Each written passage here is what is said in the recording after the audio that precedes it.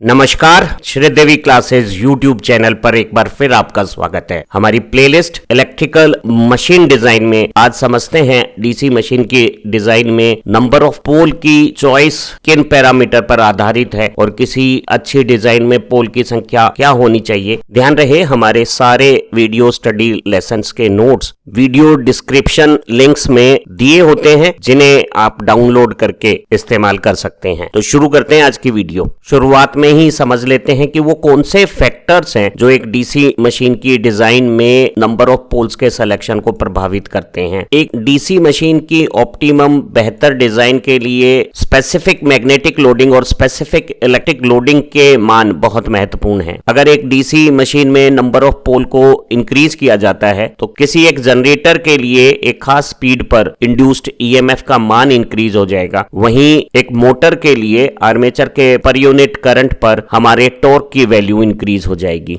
एक AC machine में supply frequency और जिस स्पीड पर हमें ऑपरेशन करना है उसके द्वारा मशीन में नंबर ऑफ पोल का निर्धारण फिक्स हो जाता है। वहीं एक डीसी मशीन में आप पोल की संख्या को इच्छा अनुसार बदल सकते हैं, चाहे मशीन किसी भी गति पर आपको डिजाइन करनी हो। लेकिन ध्यान रहे हमारे आर्मेचर में जो मैग्नेटिक फ्लक्स के रिवर्सल की फ्रीक्वेंसी है या आर्मेचर में जो सारे एमएमएफ आर्मेचर कंडक्टर्स बनाते हैं उनकी पर पोल वैल्यू है, या आर्मेचर कंडक्टर्स में जो total armature current parallel path में बंटने के बाद आता है, उन सब की जो वैल्यूज हम लिमिटेड रेंज में ऑप्टिमम डिजाइन के लिए पसंद करते हैं, उससे हमारे नंबर ऑफ पोल को एक छोटी रेंज मिल जाती है और उस छोटी रेंज में आप सुटेबल नंबर ऑफ पोल का चयन करते हैं। और एक पोल की सही संख्या का चयन न केवल हमारी डिजाइन में कॉमर्शियल ऑप्टिमाइजेशन देगा बल्कि वो परफॉर्मेंस को भी बेहतर बनाएगा। एक डीसी मशीन की डिजाइन में मैग्नेटिक सर्किट का साइज, वॉल्यूम और मटेरियल का वेट फील्ड एमएमएफ पर पोल पर निर्भर करता है।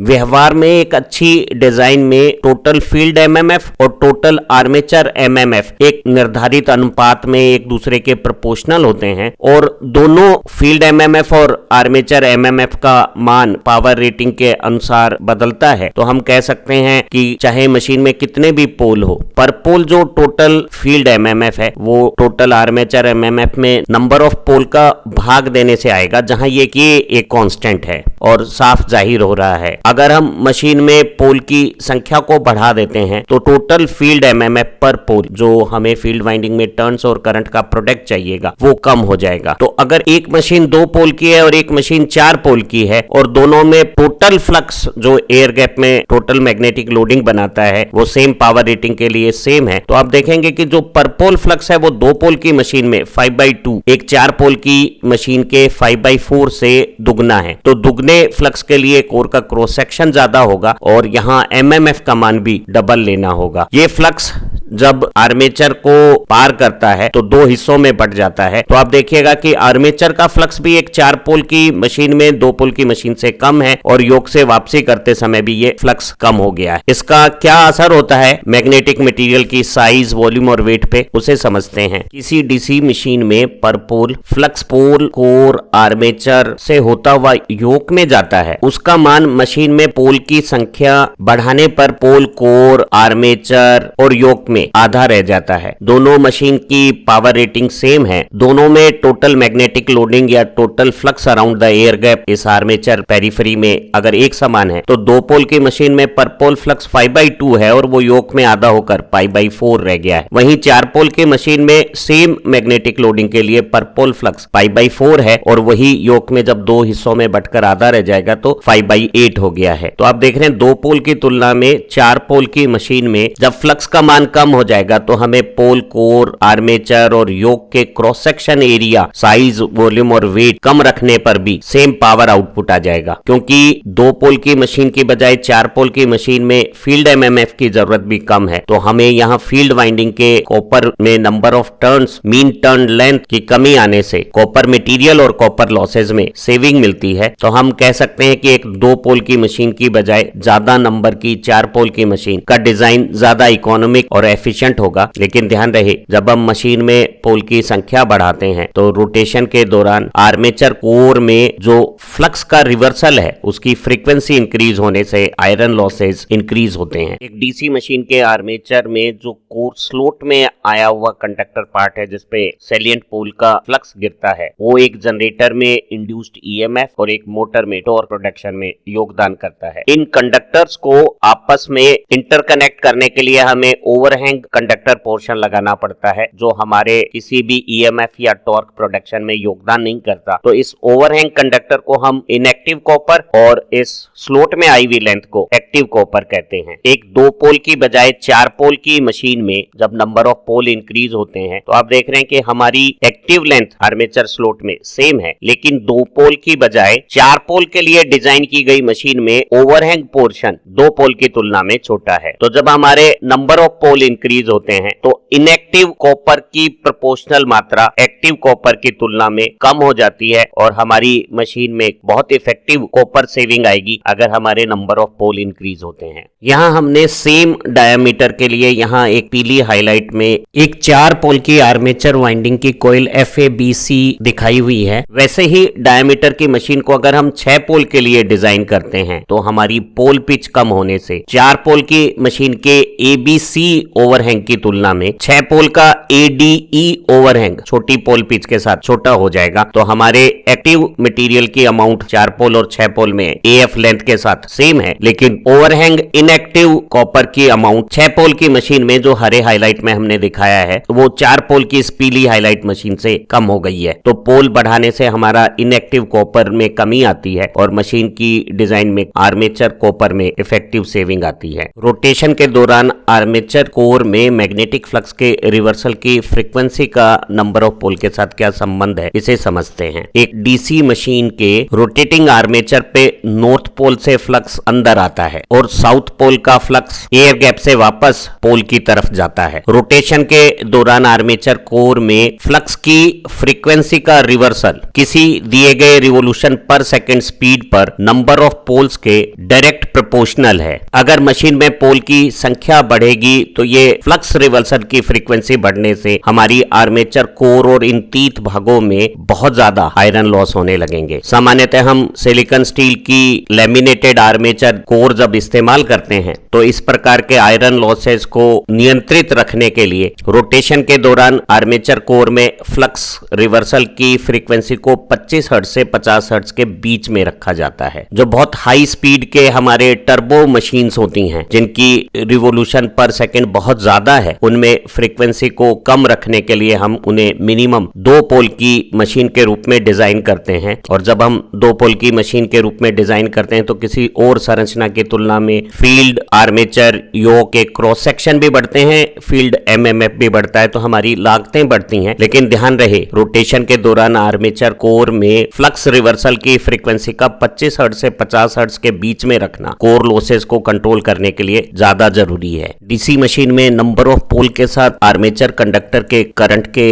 रिलेशन को और इनसे रिलेटेड डिजाइन एस्पेक्ट्स को समझते हैं। एक वर्किंग मशीन के आर्मेचर में भले ही वो डीसी मशीन हो, करंट अल्टरनेटिंग नेचर का होता है। अगर हमारे आर्मेचर कंडक्टर्स के करंट इंक्रीज होंगे तो हमें कंडक्टर का क्रॉस सेक्शन इंक्रीज लेना पड़ेगा। ऐसी स्थिति में उनमें स्किन इफेक्ट से इफेक्टिव रेजिस्टेंस भी बढ़ेगा और कॉपर लॉसेस भी कंसंट्रेट होंगे। स्किन इफेक्ट के कारण बढ़ने वाले इफेक्टिव रेजिस्टेंस और कॉपर लॉसेस की कंसंट्रेशन को कम रखने के लिए हम आर्मेचर कंडक्टर का क्रॉस सेक्शन एरिया कम रखना चाहते हैं और एक अच्छी डिजाइन में हम टोटल जो ब्रशेज पे आर्मेचर करंट होता है उसे पैरेलल पाथ में डिवाइड करके करंट पर पाथ को ज्यादा number of parallel path armature winding में बनाकर रेस्ट्रिक्ट रखते हैं। एक नॉर्मल डिजाइन में करंट पर पैरेलल पाथ किसी भी हालात में 200 एम्पियर से ज्यादा नहीं होना चाहिए। अगर किसी डिजाइन कंस्ट्रेन के कारण या बहुत ज्यादा पावर की हमारी मशीन में आर्मेचर कंडक्टर के करंट्स अगर 200 एम्पियर से ज्यादा होने लगते हैं तो हमें कूलिंग को इनहेंस करना पड़ेगा। सामान्य मशीन में हम डिजाइन में नंबर ऑफ पोल को बढ़ाकर लैप वाइंडिंग का इस्तेमाल करते हुए ज्यादा पैरेलल पाथ के साथ आर्मेचर कंडक्टर के करंट पर पाथ कम रख सकते हैं और इसे हमें 200 एम्पियर से कम रखना चाहिए। डीसी मशीन की डिजाइन में नंबर ऑफ पोल्स का कम्यूटेटर सेगमेंट के साइज और ब्रशेस के साइज के साथ क्या रिलेशन है उसे समझते समझते हैं। एक डीसी मशीन में आर्मेचर के साथ रोटेट होने वाला सेगमेंटेड कम्यूटेटर है। उसके एक कम्यूटेटर के सेगमेंट पे स्टेशनरी ब्रशेज करंट कलेक्शन या सप्लाई का काम करती हैं। एक 2 पोल की मशीन के लिए जब सिर्फ 2 ही ब्रशेज का इस्तेमाल होता है तो ब्रश का करंट जो कम्यूटेटर सेगमेंट के द्वारा कैरी होगा वो फुल आर्मेचर करंट है। लेकिन अगर मशीन में 2 पोल की बजाय 4 पोल हो तो हम 4 ब्रशेज का इस्तेमाल करेंगे और हमारा टोटल आर्मेचर करंट आधा आधा रह के ब्रशेज का करंट बनेगा। तो ब्रश और कम्यूटेटर का करंट 2 पोल की बजाय 4 पोल की मशीन में आधा रह गया है। और अगर हम नंबर ऑफ पोल बढ़ाते हैं तो current collected by each brush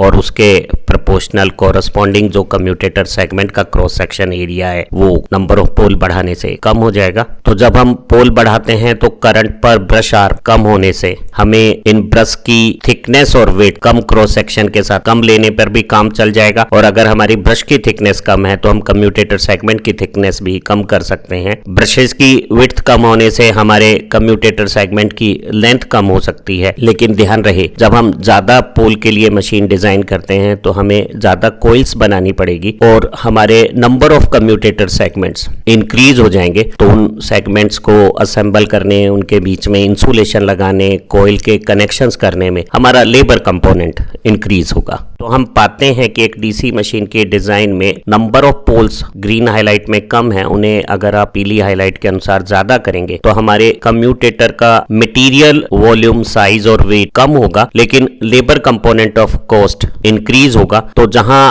labour सस्ती है वहां अगर हम ज्यादा पोल की मशीन बनाते हैं तो चीजें इकोनॉमिक हो सकती हैं। और जहां लेबर कॉस्ट ज्यादा कंसिडरेबल अमाउंट रखती है वहां अगर हम कम पोल की मशीन डिजाइन करेंगे तो हमारी मटेरियल कॉस्ट भले ही ज्यादा आ जाए, हमें जो महंगी लेबर कॉस्ट है उसमें बचत आ जाएगी। तो लेबर कॉस्ट और मटेरियल कॉस्ट का प्रोपोर्शनल शेयर क्या है वो भी एक commercial number of pole decision में महत्वपूर्ण हो जाता है। नंबर ऑफ पोल्स का आर्मेचर रिएक्शन और कम्यूटेशन पर असर समझते हैं। किसी गिवन पर पोल फ्लक्स के लिए जब हम नंबर ऑफ पोल को इंक्रीज करते हैं तो आर्मेचर एम्पियर टर्न पर पोल डिक्रीज होंगे और ऐसी स्थिति में हमारा जो field flux salient pole DC excitation से बना रहे हैं उसमें आर्मेचर के करंट कैरिंग कंडीशंस में डिस्टोर्शन कम होगा। और अगर ये आर्मेचर रिएक्शन का डिस्टोर्शन इफेक्ट कम होगा तो लोड कंडीशंस में कम्यूटेशंस की जो स्पार्किंग होती है वो भी कम होगी। ध्यान रहे अगर आर्मेचर एम्पियर टर्न पर पोल 10,000 AT से ज्यादा होते हैं तो ऐसी स्थिति में जो आर्मेचर रिएक्शन फील्ड फ्लक्स पे डिस्टोर्शन करता है वो कम्यूटेशन के दौरान बहुत ज्यादा स्पार्किंग बनाता है और हमारे लिए प्रॉब्लम्स क्रिएट करता है। तो एक अच्छी डिजाइन में हम आर्मेचर का MMF पर पोल एम्पियर टर्न्स में, छोटी मशीनों में जो 100 किलोवाट की है उनमें तो 5000 एम्पियर टर्न से भी कम रखते हैं और जैसे जैसे मशीन की पावर रेटिंग बढ़ती है इन्हें इंक्रीज किया जाता है। ध्यान रहे जब आर्मेचर MMF बढ़ता है तो उसी के प्रोपोर्शनल हम फील्ड MMF को भी बढ़ाते हैं ताकि हमारी आर्मेचर रिएक्शन और कम्यूटेशन की प्रॉब्लम कंट्रोल रहे। और वो मशीनें जो ज्यादा पावर की हैं जिनमें हमने आर्मेचर MMF पर पोल ज्यादा लिया है 10,000 एम्पियर टर्न से भी ज्यादा, उनमें हमें कम्यूटेशन प्रॉब्लम को कंट्रोल रखने के लिए स्पेशल प्रोविजंस करने होते हैं। इंटरपोल्स या ब्रश की शिफ्टिंग या हाई रेजिस्टेंस की ब्रशेस का इस्तेमाल। तो एक अच्छी डीसी मशीन की डिजाइन में आर्मेचर एम्पियर टर्न पर पोल 10,000 एम्पियर टर्न से ज्यादा नहीं होने चाहिए। एक डीसी मशीन में रोटेटिंग आर्मेचर की कोइल के कनेक्शंस ओवरहैंग से कम्यूटेटर सेगमेंट्स पे ले लिए जाते हैं और इन सेगमेंट्स के ऊपर जो स्टेशनरी ब्रशेज हैं उन पे हम डीसी सप्लाई के कनेक्शंस देते हैं। सिमिलर डायमीटर के कम्यूटेटर पे नंबर ऑफ पोल इंक्रीज होने से नंबर ऑफ ब्रशेज इंक्रीज होती हैं तो दो एडजेसेंट ब्रश आर्म्स के बीच में कम्यूटेटर सेगमेंट्स की संख्या कम हो जाती है। वोल्टेज सप्लाई की ब्रशेस के बीच में अगर सेम है तो दो एडजेसेंट कम्यूटेटर सेगमेंट के बीच में वोल्टेज इंक्रीज हो जाएगी। कम्यूटेटर सेगमेंट में जो माइका इंसुलेशन होता है उसे थोड़ा अंडरकट रखते हैं। वर्किंग के दौरान उस अंडरकट माइका के ऊपर कार्बन डिपोजिशन से एक सेगमेंट से दूसरे सेगमेंट के बीच में स्पार्क की कंडीशंस बनने लगती हैं और ऐसे जो आर्किंग है वो एक कम्यूटेटर से दूसरे कम्यूटेटर सेगमेंट्स के बीच में फैलते हुए दो ब्रशेज के बीच में फ्लैशओवर बनाकर हमारी आर्मेचर वाइंडिंग को शॉर्ट सर्किट करके जलाने की भी स्थिति बना सकते हैं। तो हमें नंबर ऑफ पोल इंक्रीज करते समय मशीन में होने वाली किसी भी प्रकार की फ्लैशओवर कंडीशंस कंट्रोल रहे, इसके बारे में भी डिजाइन में ध्यान देना है। नंबर ऑफ पोल बढ़ने से मशीन में फ्लैशओवर की संभावनाएं इंक्रीज होती हैं। एक डीसी मशीन की डिजाइन में नंबर ऑफ पोल का कंस्ट्रक्शन में लगने वाली लेबर के चार्जेस पे क्या असर होता है, उसे समझते हैं। अगर एक मशीन में नंबर ऑफ पोल इंक्रीज होते हैं तो हमारी लेबर कॉस्ट में काफी इंक्रीज हो सकती है, क्योंकि हमें ज्यादा पोल को जब असेंबल करना पड़ेगा तो ज्यादा फील्ड वाइंडिंग वाउंड करनी होगी, उन्हें पोल के ऊपर रखना होगा, हमें ज्यादा इंसुलेशन लगाना होगा। हमारे आर्मेचर कंडक्टर में भी कॉइल की संख्या, कम्यूटेटर पे सेगमेंट्स, उनके बीच में इंसुलेशन, इंटरकनेक्शन, ये सब बढ़ेंगे। आर्मेचर के कंडक्टर और कॉइल की इंक्रीज होने से, ज्यादा कम्यूटेटर सेगमेंट्स होने से मशीन की असेंबली, इंटरकनेक्शन और इंसुलेशन के जो लेबर चार्जेस हैं वो इंक्रीज होते हैं। तो हमने पाया कि हम नंबर ऑफ पोल बढ़ाते हैं तो हमारी मटेरियल साइज, वेट और कॉस्ट में सेविंग आती है, लेकिन लेबर कंपोनेंट इंक्रीज होने से लेबर चार्जेस बढ़ेंगे। तो कई जगहों पर मटेरियल कॉस्ट और लेबर कॉस्ट की ऑप्टिमाइजेशन के आधार पे हम मशीन में नंबर ऑफ पोल्स के चॉइस को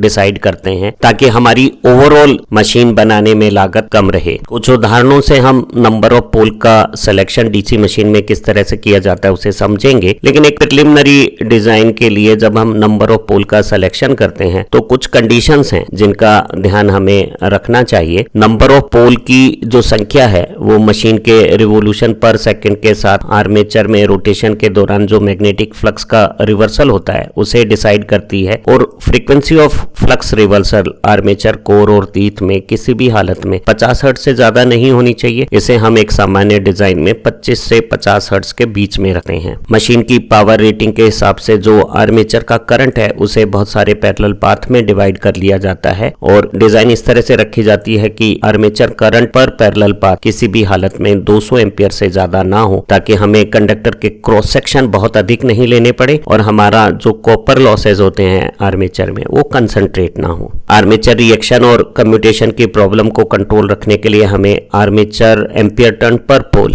आर्मेचर एमएमएफ पर पोल, जो नंबर ऑफ पोल बढ़ाने से कम होता है, किसी गिवन आर्मेचर करंट और कंडक्टर की संख्या के लिए इस आर्मेचर एमएमएफ पर पोल को किसी भी हालत में 10,000 एम्पियर टर्न पर पोल से ज्यादा नहीं रखना है, और अगर ये इन लिमिट्स को क्रॉस करता है तो हमें फील्ड एमएमएफ इंक्रीज करना होगा, और मशीन की डिजाइन में कम्यूटेशन को सेफ बनाने के लिए इंटरपोल्स का प्रोविजन करना होगा। तो हमने देखा कि नंबर ऑफ पोल को डिसाइड करने में हमारे पास 3 अलग अलग चॉइस हैं। अगर कोई ऐसी स्थितियां आती हैं कि हमारी तीनों जो चॉइस है उसमें सेफ लिमिट्स में नंबर ऑफ पोल्स आ रहे हैं, तो हमें हमेशा ज्यादा संख्या में जो पोल आ रहे हैं उन्हें सेलेक्ट करना चाहिए, क्योंकि जब हम अधिक संख्या में नंबर ऑफ पोल्स लेते हैं तो इससे हमारी मशीन की कंस्ट्रक्शन में आयरन और कॉपर का साइज, वॉल्यूम और वेट कम आएगा, और हमारी डिजाइन ज्यादा इकोनॉमिक हो जाएगी सेम परफॉर्मेंस के लिए। एक मशीन डिजाइन में पोल की संख्या बढ़ाने से क्या एडवांटेज आते हैं उन्हें समझते हैं। तो जब हम मशीन की डिजाइन में ज्यादा पोल लेते हैं तो हमारी आर्मेचर कोर, योक का साइज, वॉल्यूम और वेट कम हो जाता है, हमारी कॉस्ट रिडक्शन होती है। ज्यादा पोल से हमारे आर्मेचर एमएमएफ पर पोल और फील्ड एमएमएफ पर पोल कम होने से हमारी जो कॉपर साइज, वॉल्यूम और वेट है और कॉस्ट है वो कम हो जाती है। ज्यादा नंबर ऑफ पोल लेने से हमारे ओवरहैंग सेक्शन छोटे हो जाते हैं, कम्यूटेटर की लेंथ कम हो जाती है, तो हमारी मशीन की ओवरऑल लेंथ और डायमीटर कम रखी जा सकती है। ज्यादा नंबर ऑफ पोल्स में ब्रश का करंट कम होने से कम्यूटेटर के क्रॉस एरिया की जरूरतें कम हो जाती हैं, तो हमारे कम्यूटेटर की लेंथ कम हो जाती है। ज्यादा पोल से आर्मेचर एमएमएफ पर पोल कम होने से फील्ड डिस्टोर्शन कम होता है, आर्मेचर रिएक्शंस की स्पार्किंग कम होती है। तो ये पांचों हमारे पोल बढ़ाने से फायदे हुए हैं। अब जरा देखते हैं कि अधिक संख्या में पोल लेने से क्या डीमेरिट्स हैं। तो जब हम किसी मशीन डिजाइन में पोल की संख्या बढ़ाते हैं तो रोटेटिंग आर्मेचर में मैग्नेटिक फ्लक्स के रिवर्सल की फ्रीक्वेंसी इंक्रीज होने से आर्मेचर कोर और टीथ में आयरन लॉसेज इंक्रीज होंगे। ज्यादा पोल की मशीन के लिए हमें ज्यादा पोल कोर, फील्ड वाइंडिंग्स, आर्मेचर में ज्यादा कॉइल्स,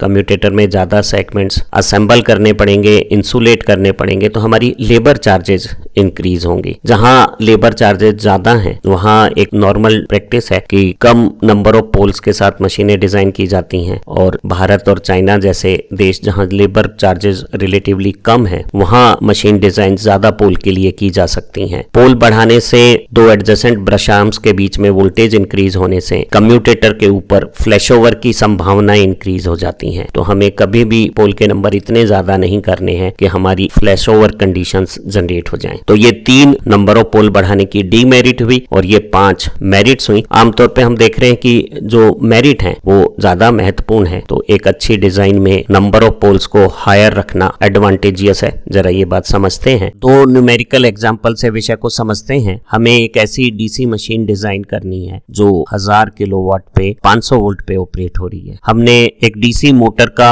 ये मैकेनिकल आउटपुट है 10,000 किलोवाट, तो इसकी जो आर्मेचर पावर है वो फ्रिक्शन और मैकेनिकल लॉसेस को ऐड होने पर आएगी, वो 10,000 किलोवाट से थोड़ी ज्यादा होगी। लेकिन हम अप्रोक्सीमेटली आर्मेचर करंट को पावर में वोल्टेज का डिवीजन करके अगर पाते हैं 2000 एम्पियर, तो आर्मेचर कंडक्टर में पर पाथ इस आर्मेचर करंट को डिवाइड करके अगर हम करंट को 200 एम्पियर की लिमिट में कंडक्टर्स का रख लेते हैं तो ये ठीक सी डिजाइन हो जाएगी। तो अगर हम 2000 एम्पियर जो आर्मेचर करंट है उसे 200 एम्पियर पर कंडक्टर रखना है, तो हमारे नंबर ऑफ पैरेलल पाथ 10 रखने के लिए हम एक सिंप्लेक्स लेप वाइंडिंग जिसमें नंबर ऑफ पोल्स और पैरेलल पाथ बराबर होते हैं 10 पोल की अगर हम मशीन डिजाइन कर लेते हैं, ये एक अच्छी डिजाइन कहलाएगी। लेकिन अगर इस मोटर की revolution per minute RPM 600 RPM से ज्यादा हुए तो ऐसी स्थिति में 10 पोल के साथ आर्मेचर में फील्ड फ्लक्स के रिवर्सल की फ्रीक्वेंसी 50 हर्ट्ज से ज्यादा होने से आयरन लॉस इंक्रीज हो सकते हैं। तो हम मशीन में पोल 10 की बजाय 8 रख सकते हैं। और अगर इस मशीन के आरपीएम 600 आरपीएम की तुलना में कम है तो ऐसी स्थिति में हम 10 पोल की बजाय 12 पोल भी ले सकते हैं। तो इन सब मिक्स कंसिडरेशन के साथ हम मशीन में पोल की संख्या निकाल सकते हैं। एक दूसरा उदाहरण लेते हैं। डीसी मशीन की ऑपरेटिंग वोल्टेज वही 500 वोल्ट है, लेकिन इसकी जो पावर रेटिंग है वो पहले की तुलना में कम 1000 किलोवाट। इसमें कितने पोल होने चाहिए ये सिलेक्शन करना है। तो एक बार फिर हम अप्रोक्सीमेटली आर्मेचर करंट निकालते हैं, पावर में वोल्टेज का भाग दिया और ये 200 एम्पियर आया। तो हम 200 एम्पियर आर्मेचर करंट को सीधा कंडक्टर करंट बना सकते हैं। ये हमारी लिमिटिंग कंडीशंस हो गई हैं। तो हम 2 पैरेलल पाथ वाली लेप या वेव वाइंडिंग का इस्तेमाल कर सकते हैं। अगर हमें कॉमर्शियली साइज, वेट, वॉल्यूम और कॉस्ट कम करनी है तो हम मशीन में 2 की बजाय ज्यादा पोल 4 या 6 का भी इस्तेमाल कर सकते हैं, बशर्त है कि हमारा